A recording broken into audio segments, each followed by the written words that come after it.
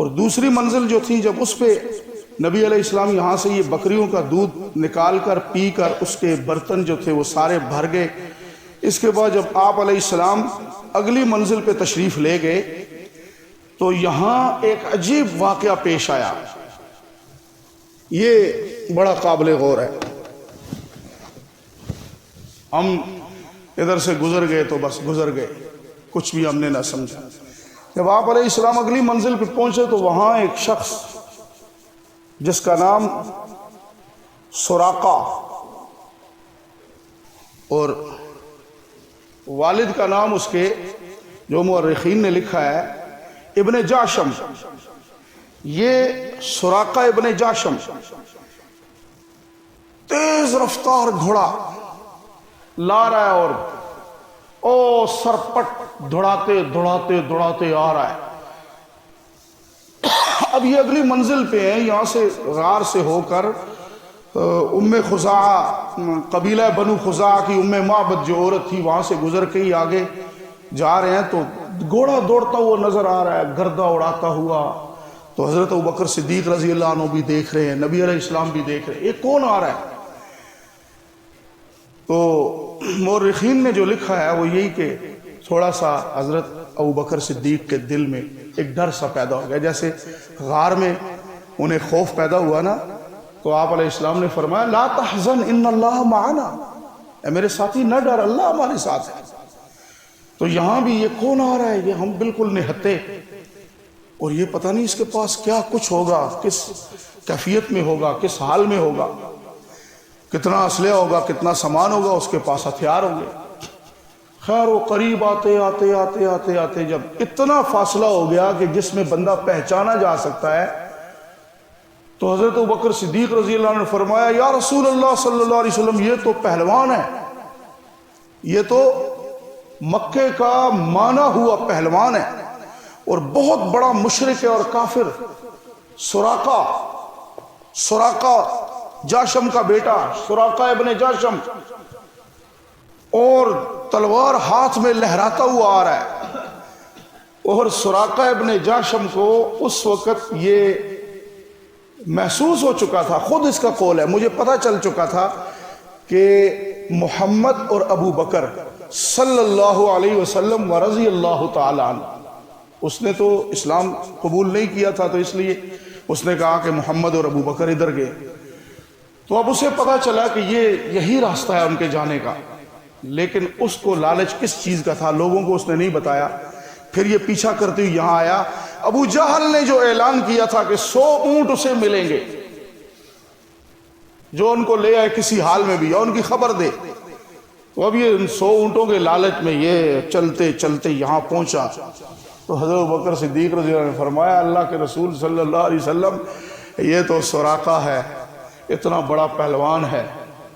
تو جب یہ سراقہ گھوڑا دوڑاتے ہوئے جب قریب پہنچا، اب ارادہ تھا اس کا نبی علیہ السلام کو معاذ اللہ قتل کرنے کا، تو اللہ تبارک و تعالی نے اس کے گھوڑے کو گھٹنوں تک زمین کے اندر دھنسا دیا.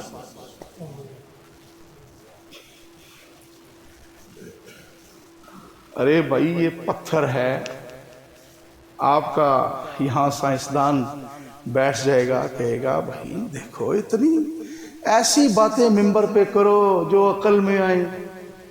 مولوی صاحب کہاں کس پتھر کے دور کے لوگ ہو جی، گھوڑا دوڑتے ہوئے آیا تو زمین میں دھنس گیا. یار کوئی بات کرنے والی، پتھر ٹوٹے گا، پتھر پھٹے گا، پتھر کو کیا ہوگا، اس کے اندر گھوڑا دھنس جائے گا. اللہ اکبر. لیکن آسمان بھی گواہی دے رہا ہے، زمین بھی گواہی دے رہی ہے، شجر و حجر بھی گواہی دے رہے ہیں، درند پرند چرند بھی گواہی دے رہے ہیں. نہیں اگر گواہی دے رہا تو ایک مسلمان کا دل ہے جو گواہی نہیں دے رہا، بیٹھا ہوا ہے ضد کر کے. کہتے جی گل کرو کہ کرنے لیے کہ گل ہے، پتھر یوں ہوا تو جی گھوڑا اس میں دھنس گیا تو یہ ہوا. نبی علیہ السلام نے ہاتھ رکھا تو تھنوں کے اندر دودھ آ گیا جی، برتن بھر گئے جی. یار کیا باتیں کر رہے ہو، بکری ہے، اس کا ایک اپنا نظام ہے، پھر اس کے مہینے گزرتے ہیں، پھر اس کی ولادت ہوتی ہے، اس کی بچوں کی، پھر دودھ آتا ہے. پھر آپ علیہ السلام نے ہاتھ رکھا ہائے ہائے ہائے ہائے، اللہ تعالیٰ فرماتا ہے ان سے یہ پوچھو، یہ سردیوں کا موسم آتا ہے تو سب کچھ خشک ہو جاتا ہے، موسم خزاں آتا ہے سب کچھ ختم ہو جاتا ہے، اور موسم بہار آتا ہے سب کچھ تر و تازہ ہو جاتا ہے۔ ان تنکوں کو، ان تیلوں کو، ان پودوں کو، ان درختوں کو، ان پھلوں پھولوں کو جاڑے کے موسم میں، سردی کے موسم میں بالکل مارنے اور مردہ کرنے کے بعد خزاں کے موسم کے اندر ان ساری چیزوں کو دوبارہ زندہ کرنے والا کون ہے؟ یہ کیسے زندہ ہو جاتے ہیں؟ تم کہتے ہو جی کیسے؟ میں نے اس لیے کہا کہ مسلمان ماننے کے لیے آج مسلمان اتنا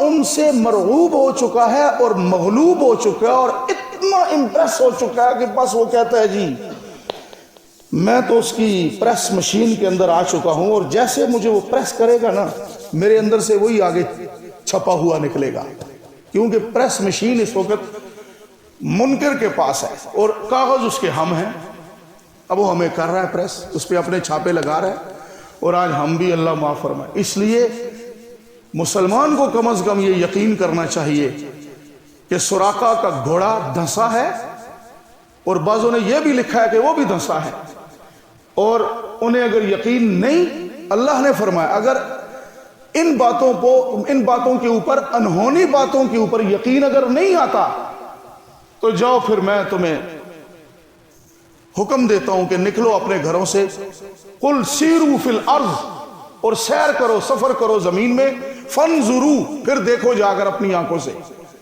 تم اپنی سائنس اور اپنی مشینری اور اپنا سب کچھ اور اپنا عقل اور شعور لے کے بیٹھ جاتے ہو کہ نہیں یہ ہو نہیں سکتا، یہ ناممکن ہے، کیسے ہوگا، یہ کیسے ہو سکتا ہے، ایسے ہی یہ دقیانوسی باتیں کرتے ہو۔ فرمایا قل، اے میرے محبوب علیہ السلام انہیں کہیے سیروا فی الارض، چلو اس طرح کرو، زمین میں سفر کرو۔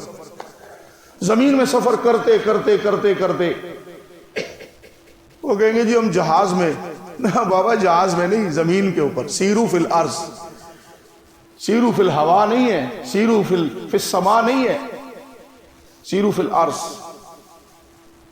زمین پہ سفر کرو۔ چلتے چلتے تمہارے سامنے آ جائے گا جارڈن، اردن، تمہارے سامنے آ جائے گا شام، اور وہ ملک شام کی سرزمین، اور وہ سیریا۔ فرمایا وہاں جا کے دیکھو کھنڈرات کو، فانظروا، پھر دیکھو کیف کان عاقبۃ المجرمین، جن لوگوں نے جرم کیا ان کا انجام کیا ہوا، وہاں جاؤ گے تمہیں نظر آ جائے گا۔ یہ کیا بھائی، انسان ہے، اور انسان وہاں پڑے ہیں، اور انسان پتھر کے، تو یہ کیا انسان پتھر کے کسی نے تراشے ہیں؟ نہیں، خود بخود۔ کیسے؟ وہ انسان ہی تھے، برے کاموں میں پڑے ہوئے تھے، اللہ نے ان کو پتھر بنا دیا، اور آج تک وہ بالکل اسی شکل میں ہے، اور اللہ نے فرمایا قیامت تک یہ پتھر کی شکل میں ہی رہیں گے۔ کہ کس نے ان کو اس طرح کر دیا؟ وہ اس جگہ کو آج بڑے سے بڑے سائنسدان اور تجربہ کار وہ بھی جاتے ہیں، وہ بھی کہتے ہیں ڈیڈ سی، یہ پانی ہے، اس کے اندر جو چیز آتی ہے مر جاتی ہے، یہ ایسا سی ہے کہ جو ڈیڈ ہے، اس میں کوئی مچھلی کچھ بھی نہیں رہتا۔ اور کافر تو کافر رہے، آج مسلمانوں نے بھی ان کھنڈرات کو اپنے لیے سیرگاہ بنا لیا، اور آقا صلی اللہ علیہ وسلم نے ارشاد فرمایا یہاں سے جب گزرو، آپ علیہ السلام کا گزر ہوا وہاں سے، شام جاتے ہو آپ کا بھی گزر ہوا، جنگوں میں اور اپنے معاملات میں، تو آپ علیہ السلام نے سواری کے اوپر فوراً اپنی چادر جو ہے ایسے اپنے سر کے اوپر ایسے کر لی پوری، اور فرمایا جلدی سے یہاں سے گزر جاؤ، جلدی سے۔ ان قوموں پہ، ان کھنڈرات میں صحابہ نے فرمایا وہاں سے گزرتے تھے تو دیکھ کر دل لرزتا تھا، کس طرح ڈراؤنی وہ جگہ ہیں۔ فرمایا کہیں ان قوموں پہ جو عذاب آیا، ہم گزر رہے ہیں، کہیں تمہارے اوپر وہ عذاب نہ آ جائے، اس لیے یہاں سے گزرو۔ اور آج جو ہے جا کے سیرگاہ بنا لی، ہوٹل بنا لیے، پکنک مناتے ہیں۔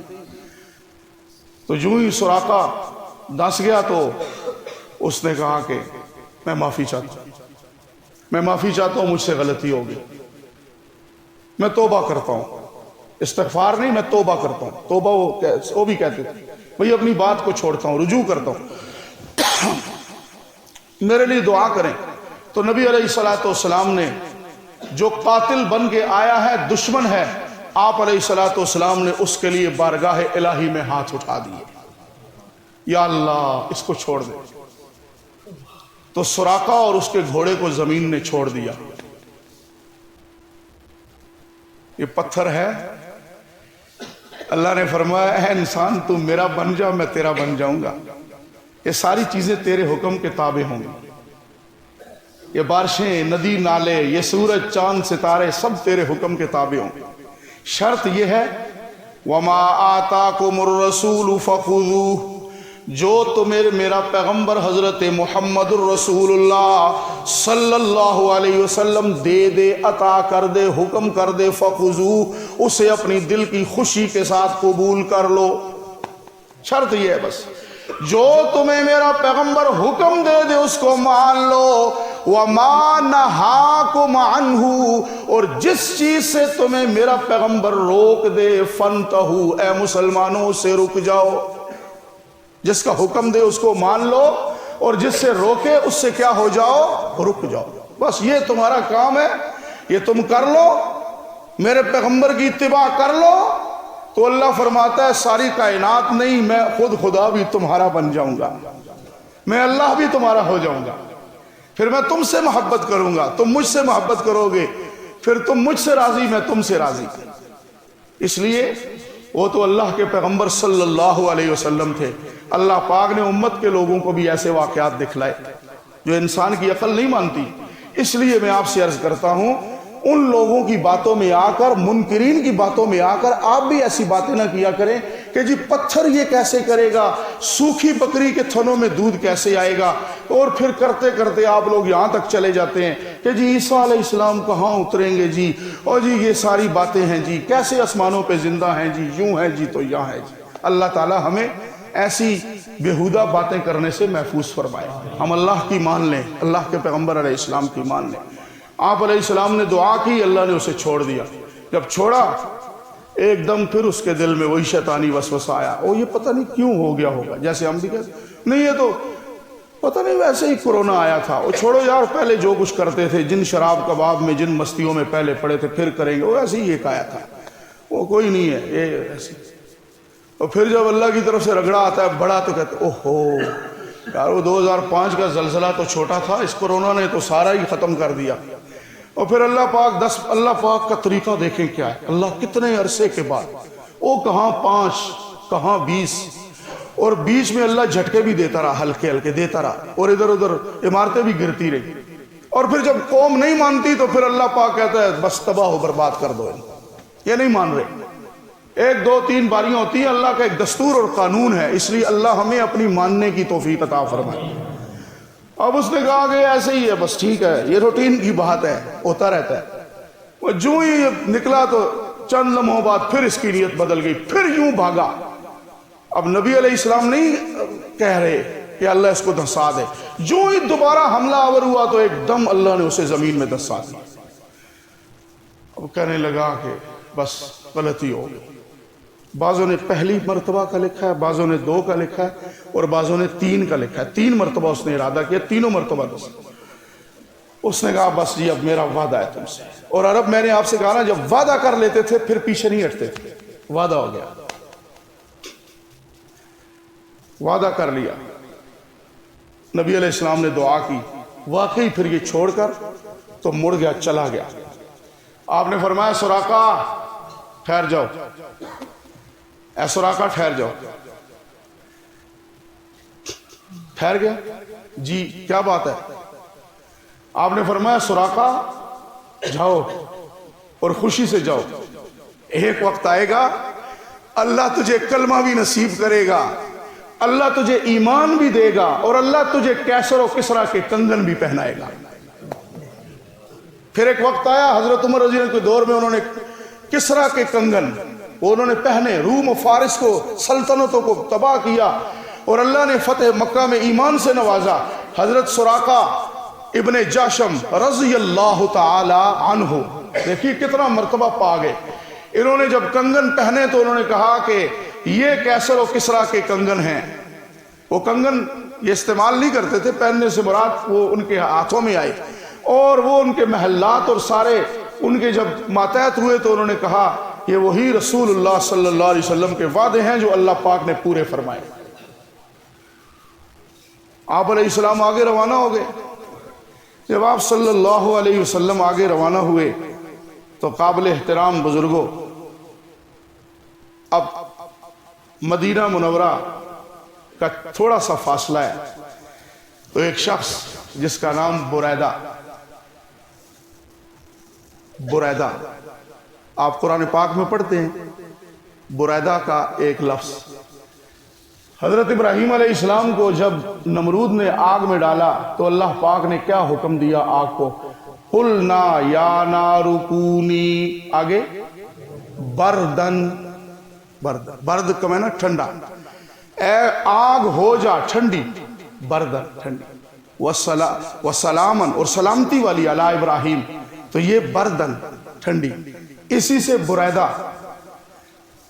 اور یہ قبیلہ اسلم کا تھا، بریدہ اسلمی، اور وہ جو آیا تھا نا سراقہ ابن جاشم، وہ تو اکیلا تھا، اور یہ جو بریدہ اسلمی تھا اس کے ساتھ 80 بندے تھے، اور یہ 80 اور یہ ان کے سپہ سالار تھے بریدہ اسلمی، اور یہ سارے کے سارے اکٹھے ہو کر اکیلے نبی علیہ السلام کو قتل کرنے کے ارادے سے آئے تھے۔ اور یہ ان کے بڑے جو ہیں بریدہ اسلمی ہیں، تو جو ہی سامنے آئے، لشکر ہے 80 بندوں کا، آپ نے فرمایا من انتا، عرض کیا بریدہ، آپ نے فرمایا ماشاءاللہ بہت اچھا فعال ہے بریدہ، نے فرمایا کس قبیلے سے ہو؟ عرض کیا قبیلہ اسلم، آپ نے فرمایا نام ٹھنڈا، بریدہ ٹھنڈا آدمی، اسلمی، اسلم کا معنی ہوتا ہے تسلیم کرنا، تو آپ تو ماننے والے لوگ یار، آپ کے اندر تو ماننے والا مزاج ہے۔ یہ دیکھتا ہے، کہتا ہے یہ شخص، یہ کون ہے یہ شخص؟ اس سے پہلے بریدہ اسلمی نے نبی علیہ السلام کا آمنے سامنے دیدار نہیں کیا تھا پہلے، تو یہ شخص کون ہے؟ کہتا ہے تیرا تو ٹھنڈا مزاج والا ہے، ٹھنڈے نام والا ہے، اسلم قبیلے کا ہے تو؟ آپ نے فرمایا قبیلہ اسلم میں کون سی شاخ کا؟ تو کہنے لگا میں قریش کا۔ آپ نے فرمایا قریش میں کس کا؟ کہنے لگا میں ہاشمی۔ آپ نے فرمایا میرے قبیلے اور خاندان کا ہو کر مجھے قتل کرنے کے لیے آئے؟ اس نے کہا جی آپ کو تو میں نے یہ نہیں بتایا، میں نے تو آپ کو نہیں بتایا، اور اس نے اظہار بھی نہیں کیا کہ میں یوں آ رہا ہے آرام سے اپنے ساتھیوں کے ساتھ، لیکن آنکھوں کے جو اس کے تیور اور اشارے تھے نا اس میں کہ جیسے کوئی تیاری کرتا ہے، تو آپ نے فرمایا بریدہ اپنے نام کی لاج رکھو، ٹھنڈا مزاج ہے، اسلم قبیلے کے ہو، قریش سے ہو، ہاشم سے ہو، بنو ہاشم سے، تو یہ تو سارے معاملات ٹھیک ہیں۔ تو اس نے کہا کہ آپ کون ہیں؟ تو نبی علیہ السلام نے فرمایا انا محمد الرسول اللہ صلی اللہ علیہ وسلم بن عبداللہ بن عبد المطلب رسول اللہ صلی اللہ علیہ وسلم۔ اتنی بات آپ نے صرف یہ جملہ ارشاد فرمایا تو بریدہ کہتا ہے لا الہ الا اللہ محمد الرسول اللہ۔ اتنا جملہ آپ علیہ السلام نے فرمایا تو ایک دم فرمایا لا الہ الا اللہ محمد الرسول اللہ۔ 80 بندوں کو لے کر آنے والا کہنے لگا حضور مجھے بھیجا گیا تھا لیکن میں نے اپنی آنکھوں سے آپ کا دیدار بھی نہیں کیا تھا اور آپ کے یہ میٹھے الفاظ بھی نہیں سنے تھے، ایسے لفظ کہنے والا اس کے اوپر وار کرنا تو بڑے دور کی بات، اسے تو میلی آنکھ سے بھی دیکھنا گناہ ہے۔ اتنے الفاظ نبی علیہ السلام نے کہے انا محمد بن عبداللہ بن عبد المطلب رسول اللہ صلی اللہ علیہ وسلم، میں محمد ہوں، عبداللہ کا بیٹا ہوں، عبد المطلب کا پوتا ہوں، اور میں اللہ کا بھیجا ہوا ہوں۔ رسول اللہ کا مطلب اللہ کا بھیجا ہوا پیغمبر ہوں۔ اچھا آپ ہیں وہ اللہ کے رسول؟ ایک دم کہا اشہد ان لا الہ الا اللہ واشہد ان محمد الرسول اللہ۔ اللہ اکبر۔ اللہ ہمیں بھی ایمان کا ایک چینٹا نصیب فرما۔